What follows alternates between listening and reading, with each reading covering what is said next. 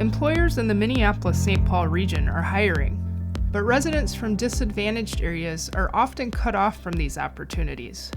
In a recent study, University of Minnesota researchers looked at the spatial and skills mismatch that contributes to this growing problem.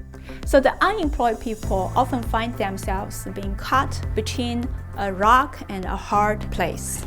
They may be qualified for certain type of jobs, but those type of jobs may be far away from where they live. They may live next to some of the job vacancies, but they may not have the necessary skills to apply for those job vacancies. So we analyze patterns and magnitudes of spatial and skills mismatch over time in the Twin Cities region. We also conducted a forward-looking future scenario analysis examining how different transit and workforce development scenarios could reduce spatial and skills mismatch. It is a serious concern. I mean, there are some projections that suggest we may be short 100,000 workers in this state by 2020 or something of that magnitude. On the other hand, we also know we've got significant disparities around economic results, economic outcomes in our community. So I think the opportunity really is to bring these things together and make sure that folks in our community have the education, training, experience that they need to in turn fulfill the labor needs or the workforce needs of our economy. I think one of the biggest challenge for our students is transportation. If they are using public transportation, it takes about 2 to 3 bus transfers, and by the time they get there, it's late, it's exhausting, and then depending on the job, there might not be any buses depending on when they get off. So it's hard for individuals to look at suburban locations as a potential employment. So in the Twin Cities region, you certainly see a significant concentration of the unemployed people in North Minneapolis.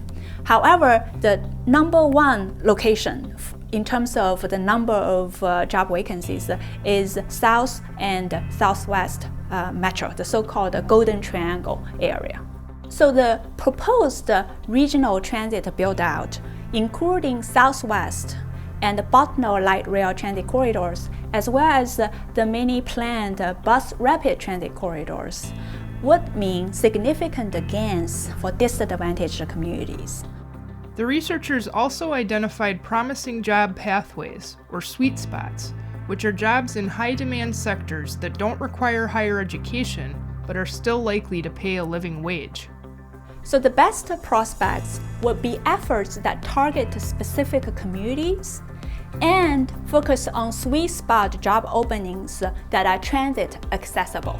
To help policymakers address the mismatch problem, the research team outlined several key recommendations, such as look at the entire pipeline, including the skills of job seekers, as well as available training, transit options, and employment. Reach out to potential employers and transit planning programs. Provide frequent transit service as the backbone, plus small vehicle service near work sites.